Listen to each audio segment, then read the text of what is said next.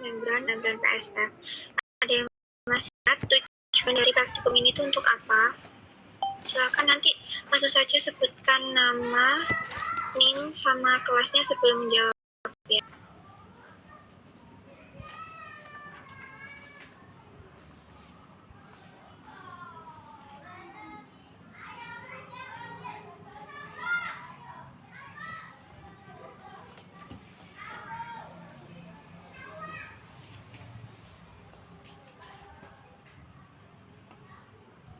Izin menjawab Kak, tujuan dari praktikum pembuatan membran polisulfon yang pertama untuk membuat membran polisulfon dan mengetahui nilai-nilai permeabilitas dari membran dan untuk mengetahui ketebalan membran.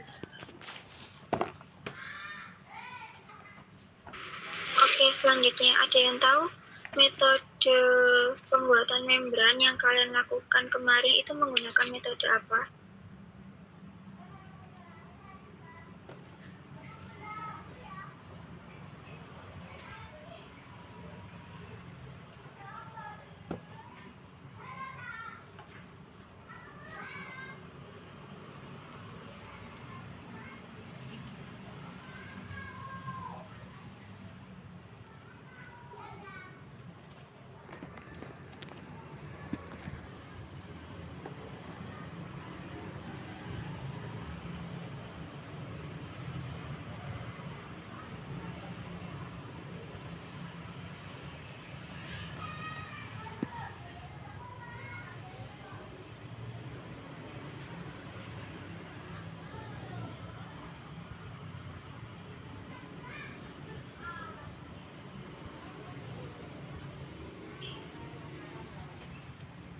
Ada yang tahu silakan nanti langsung jawab aja, nggak usah angkat tangan.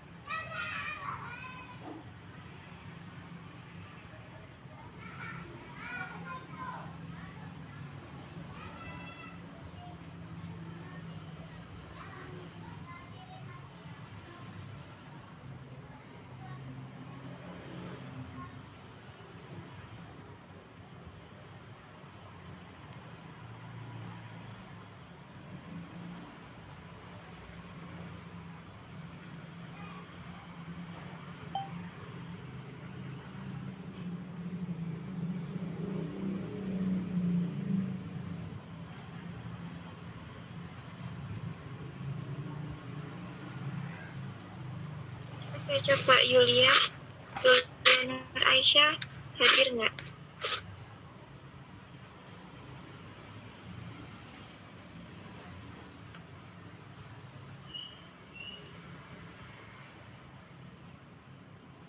Oke, Fahan Arya Suta hadir.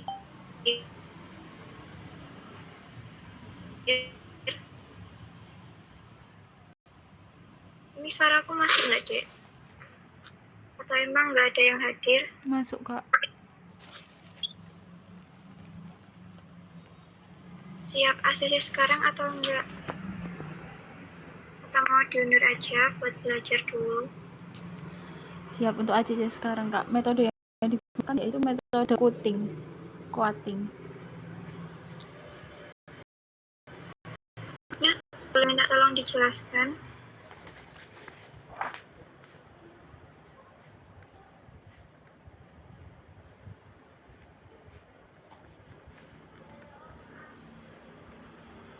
Atau teman-temannya yang lain ada yang mau bantu jawab?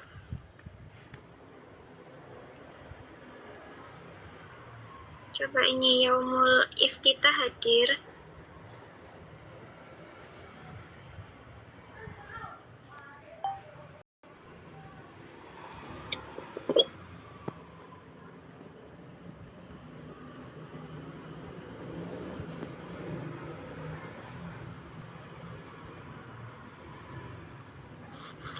Auralia Salsabila ada.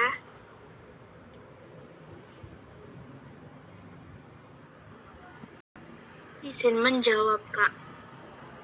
Saya Jenita Briana dari kelompok 3 NIM akhir 066. Untuk metode yang digunakan dalam praktikum kali ini itu metode inversi fasa.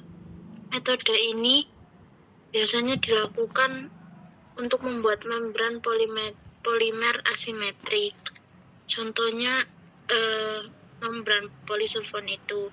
Membran asimetrik ini memiliki lapisan atas yang tipis dan padat atau yang disebut sebagai lapisan aktif dan lapisan bawah yang lebih tebal dan berpori atau lapisan penyangga. Oke, nanti buat yang tak panggil dan tidak merespon bisa coba chat aku ya, Dek. Jadi inversi ya, metode yang digunakan itu metode inversi. Inversi itu apa sih? Sebenarnya inversi itu adalah proses perubahan bentuk polimer yang kemarin buat dari fase cair ke keadaan padat di bawah kondisi yang terkendali, seperti itu. Nah, selanjutnya, kemarin kalian masih ingat pakai pelarut apa untuk melarutkan PSF-nya itu? DMAC. Ya, DMAC. Kenapa kok menggunakan pelarut DMAC? Ada yang tahu alasannya?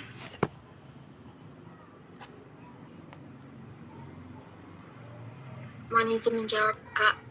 Silakan nama Sari dari kelompok 4. Jadi penggunaan pelarut DMAC merupakan pelarut yang memiliki titik didih yang tinggi, sehingga digunakan untuk melarutkan polimer pada pembuatan membran karena sifatnya yang cukup tinggi, Kak.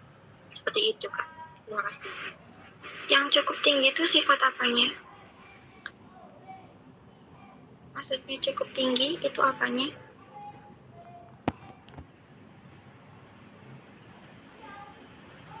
Titik didihnya, Kak. Oke, selanjutnya. Tadi kan yang cukup tinggi itu adalah titik didihnya. Titik didihnya DMAC itu berapa? 166 Celcius, Kak. Oke, 166 derajat Celcius. Selanjutnya kemarin kalian menimbang polisulfon dan juga DMAC, itu kan kalian dicampurkan ya. Polisulfonnya dicampurkan ke dalam polisulfon, setelah itu kalian larutkan menggunakan magnetic stirrer. Ada yang tahu kenapa kok harus menggunakan magnetic stirrer? Kalau diaduk biasa gitu kira-kira bisa nggak? Izin menjawab, Kak, karena kalau diaduk biasa itu kurang efektif. Alasannya karena polisulfonnya itu lengket di bagian glass beakernya, sehingga dibutuhkan magnetic stirrer untuk mengaduknya. Karena proses pengadukannya ini cukup lama dan harus dilakukan dengan cepat. Oke, jadi kenapa kok harus menggunakan magnetic stirrer? Soalnya pengadukan antara DMAC sama polisulfon itu butuh waktu yang lama. Dan kalau misal kalian tidak menggunakan magnetic stirrer itu nanti pencampurannya tidak akan merata. Makanya digunakan magnetic stirrer yang lebih besar pada proses pengadukannya. Kemarin masih ada yang masih ingat nggak kecepatan pada saat pengadukan itu berapa RPM dan suhu yang digunakan itu berapa derajat Celcius?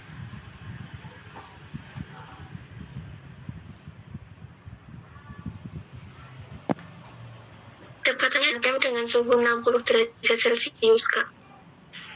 Oke, waktunya berapa jam? Sorry, berapa menit?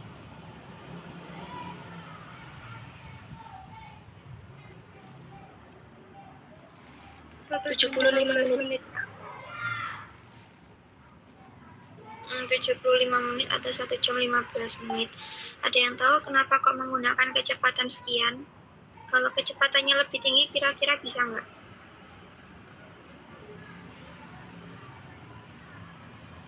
Tidak bisa, Kak, karena nanti si magnetic stirrer-nya itu tidak beraturan, kayak menabrak ke bagian dinding glass beakernya.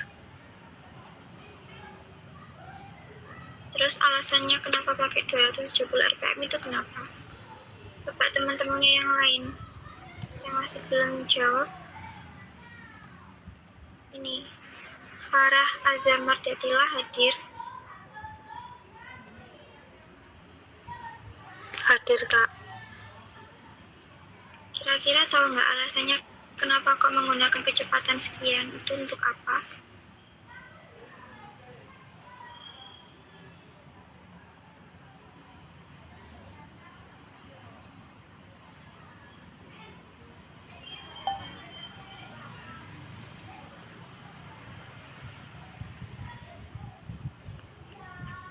Oke, mungkin Yolanda Dewi.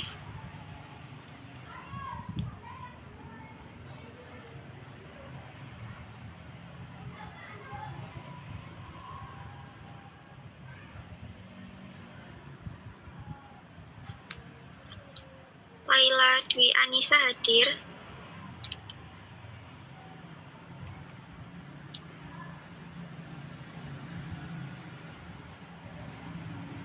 Permisi, Kak, izin menjawab yang tadi alasan mengapa menggunakan 270 rpm. Alasannya yaitu karena pada kecepatan 270 rpm ini magnetic stirrer dipilih karena memiliki kecepatan pengadukan yang cukup untuk memastikan pencampuran agar homogen tanpa menyebabkan gelembung udara berlebih atau percikan pada sampel. Oke, selanjutnya. Kenapa kau menggunakan suhu 60 derajat? Jawab aja nggak apa-apa, Dek. Walaupun kamu nggak tahu salah benar, itu tetap dapat poin daripada diem-dieman aja ya. Silakan yang mungkin belum menjawab dari tadi buat nambah poin. Izin menjawab, Kak. Jadi menggunakan temperatur 60 derajat itu biar suhu jika suhunya terlalu tinggi itu larutan akan cepat menguap.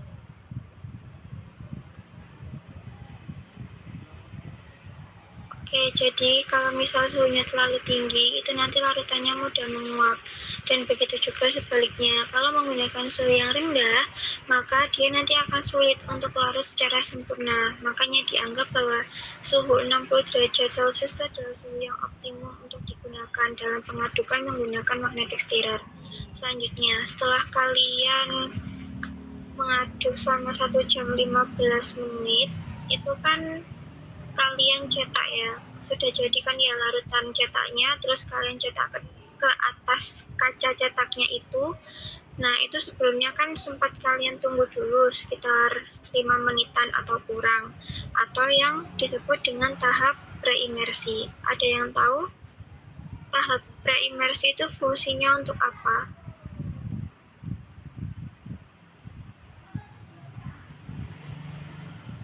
Izin menjawab, Kak. Jadi tujuan preimersi itu untuk mencegah terjadinya kerusakan pada membran. Oke, mungkin teman-temannya yang lain ada yang mau nambahkan?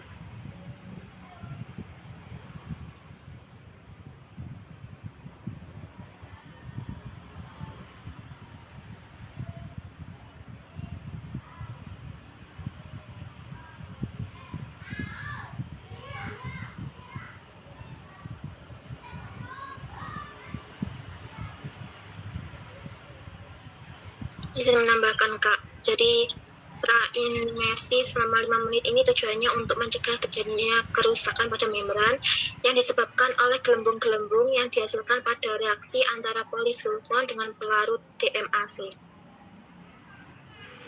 Oke, selanjutnya kemarin setelah kalian tunggu di tahap preimersi kurang lebih sekitar 5 menitan, itu berikutnya kan kalian masukkan ke dalam bak koagulasi. Nah, tahap koagulasi ini itu menggunakan apa?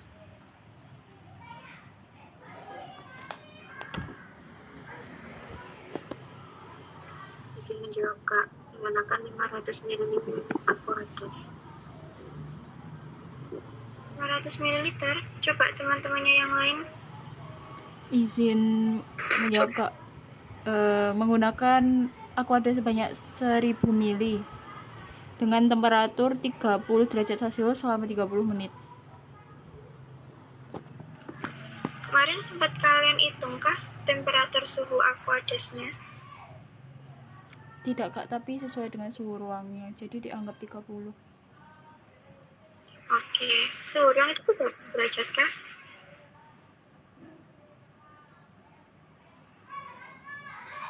Udah nggak apa-apa.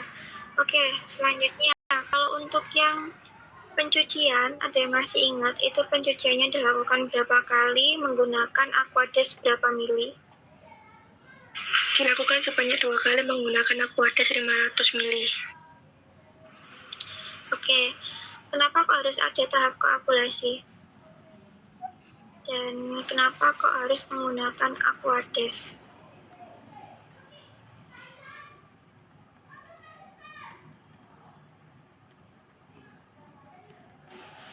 Izin menjawab Kak, untuk mengendapkan polisulfon supaya terbentuk membran. Oke, terus kenapa kok harus pakai Aquades? Kira-kira kalau pakai larutan lain gitu bisakah?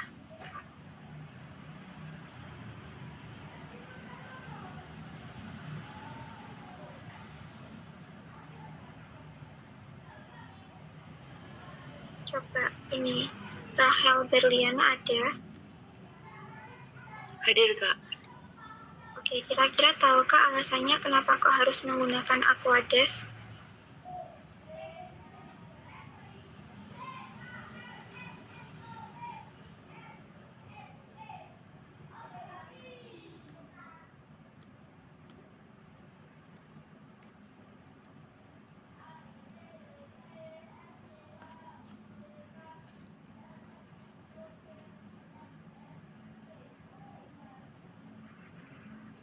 Ini Adisa Gusti ada.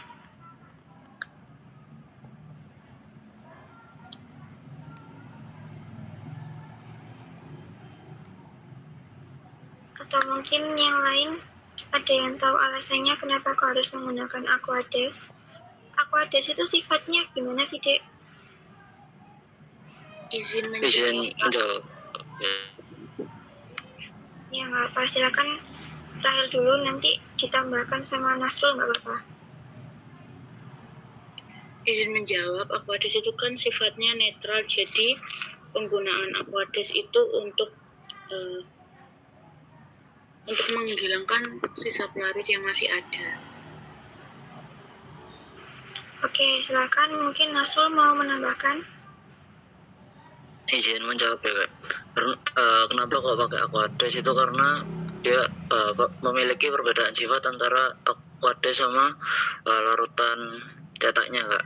Jadi kalau misal diganti pakai pelarut yang lain mungkin itu nggak bisa ya Kak ya. Itu. Oke, jadi kenapa kok harus menggunakan Aquades? Kita kan tahu ya, Aquades itu kan sebenarnya air. Tapi kenapa kok nggak bisa pakai air keran biasa ya? Soalnya itu tadi, Aquades ini kan dia murni, nggak ada mineralnya kan ya. Jadi alasannya pakai Aquades itu karena Aquades ini murni, biar nantinya ketika membrannya kalian cetak, maksudnya ketika kalian masukkan ke dalam bak koagulasi, jadi pencetakan itu nanti nggak ada kontaminan. Karena takutnya kalau misal pakai larutan yang lain itu nanti bakal ada kotoran yang masuk ke dalam pori-pori membrannya, dan itu bisa menyebabkan adanya kontaminan pada membrannya kalian. Selain itu, Aquades itu dia punya sifat kenapa kok digunakan? Karena polisulfon itu dia punya sifat hidrofobik. Maksudnya apa hidrofobik? Itu berarti dia tidak larut dalam air. Makanya kenapa kok pakai Aquades ya buat itu tadi, biar larutan hasil cetaknya kalian itu bisa menggumpal dan nantinya membentuk lapisan membran yang sudah kalian buat kemarin itu. Oke, terus habis itu kenapa kok harus dilakukan koagulasinya itu selama 30 menit? Ada yang tahu alasannya?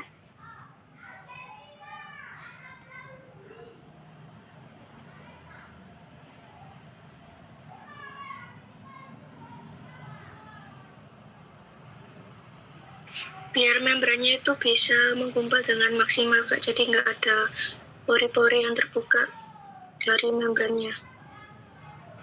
Kalau misalnya dilakukan lebih dari 30 menit, berarti kira-kira bisa nggak, Dek?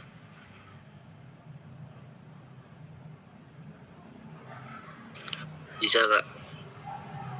Oke, bisa ya, karena 30 menit ini sudah dianggap bahwa membrannya kalian itu sudah sepenuhnya memadat. Nah, kenapa kok nggak dilakukan lebih dari 30 menit? Soalnya mengingat dari waktu praktikumnya kalian kemarin itu kan terbatas, jadinya kalau dilakukan lebih dari 30 menit nantinya nggak jadi, maksudnya bukan nggak jadi, kelamaan menunggu di proses koagulasinya. Terus kenapa kok nggak dilakukan kurang dari 30 menit? Soalnya ada kemungkinan bahwa membrannya kalian itu masih cair atau sebelumnya masih belum memadat, seperti itu. Terus kemarin kan kalian setelah koagulasi, larutan cetaknya sudah jadi membran, itu kalian lakukan pencucian selama 2 kali menggunakan Aquades 500 ml.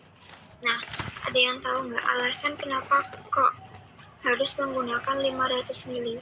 Kira-kira kalau pencuciannya itu menggunakan volume Aquades kurang dari 500 ml itu bisa atau enggak?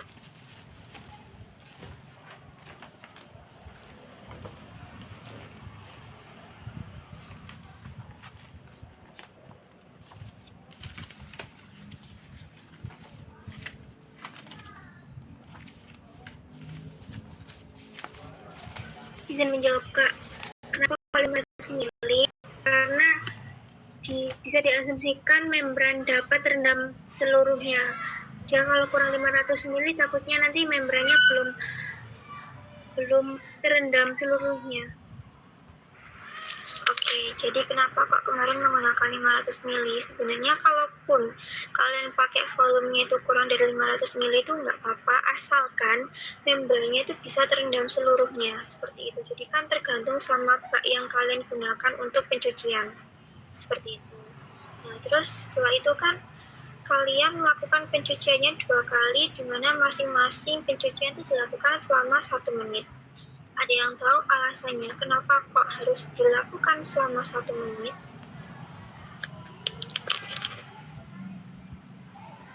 Izin menjawab Kak. Dilakukan 1 menit karena waktu yang dibutuhkan Aquades untuk melewati pori-pori membran adalah sekitar 1 menit, sehingga mampu membersihkan kotoran pada membran. Oke, nanti coba dicari ya itu situasinya dari mana. Selanjutnya, kenapa kok dilakukan 2 kali? Mungkin teman-temannya yang lain ada yang mau jawab.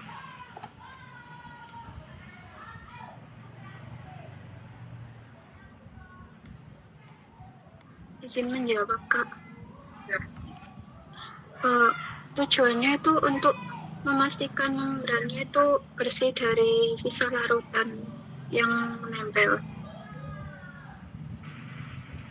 Jadi kenapa kok dilakukan 2 kali? Agar membrannya kalian itu bersih dari kontaminan atau dari kotoran. Dan takutnya kalau semisal lebih dari 2 kali, itu nanti akan merusak pori-pori membrannya kalian. Seperti itu. Karena kan ketika dicuci, otomatis Aquadesnya itu kan dia bakal berusaha untuk melewati partikel pori-porinya secara berulang-ulang. Nah, nanti kalau kalian melakukan lebih dari 2 kali, ditakutkan bahwa itu bisa merusak pori-pori membran yang sudah kalian buat, pori-pori membran polisulfannya kalian. Seperti itu. Nah, selanjutnya, kemarin kan kalian setelah dicuci selama 2 kali, itu kan kalian keringkan ya. Waktu mengeringkannya itu kan sekitar 24 jam. Ada yang tahu apa kok waktu pengeringan membrannya itu dilakukan selama 24 jam?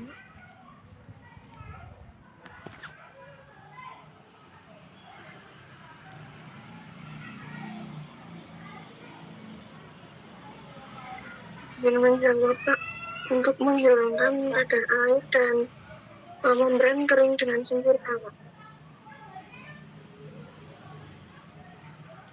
Ya, jadi kenapa kok dilakukan selama 24 jam? Sebenarnya 24 jam ini dianggap waktu yang paling singkat ya untuk mengeringkan membran polisulfon. Kenapa kok harus dikeringkan selama itu? Tujuannya tuh biar membrannya kalian itu kering, benar-benar kering, yang nantinya itu bisa membentuk pori-pori membrannya kalian itu secara sempurna. Seperti itu. Nah, kenapa kok pakai, maksudnya kenapa juga kok 24 jam? Soalnya kalian ini membuat membran polisulfon. Dipilihnya jenis bahan polisulfon ini itu dikarenakan yaitu tadi. Polisulfon ini dia punya waktu paling singkat dibandingkan sama berbagai jenis bahan membran lainnya dalam hal pengeringan seperti itu.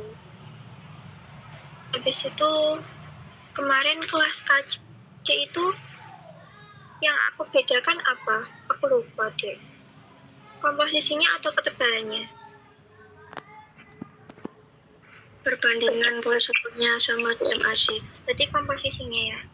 Boleh dijelaskan hasil dari kelompok 1 itu komposisinya berapa? Maksudnya polisulfonnya berapa, DMAC-nya berapa, ketebalan berapa, dan hasilnya seperti apa? Bentar. Sebelum dijawab, terserah nanti siapa yang mau jawab, nggak apa-apa, perwakilan satu anak. Boleh lihat lapsemnya kalian, Dek. Tolong di-scroll ke bawah.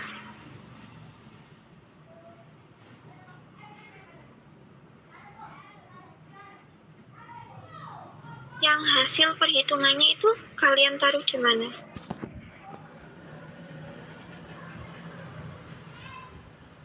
Di hasil pengamatan, Kak. Di kesimpulan. Oke.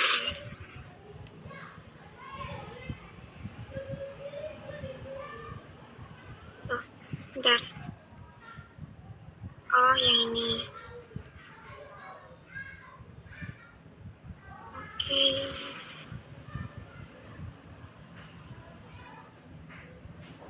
Oh, yang hasil perhitungannya kelompok 2 bagus ya malahan. Padahal dia komposisinya 1:9. Oke, nggak apa-apa. Coba minta tolong dijelaskan deh. Perwakilan satu anak nggak apa-apa. Nanti sambil di-share screen ya hasil membrannya seperti apa.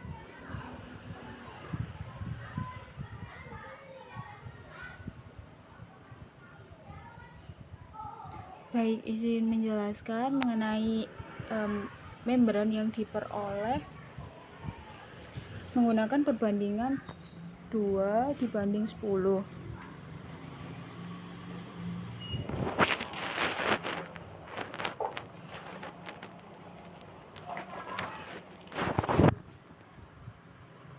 Pada perbandingan 2:10 dengan ketebalan 0,4 mm diperoleh pada titik A 0,15 mm, titik B 0,23 mm, titik C 0,20 mm, titik D 0,30 mm, dan titik E 0,37 mm. Kemudian membran yang kedua dengan perbandingan 1:9 dan ketebalan 0,4 mm diperoleh titik A sebesar 0,29 mm, titik B sebesar 0,36 mm, titik C 0,45 mm, titik D 0,30 mm, titik E 0,40 mm.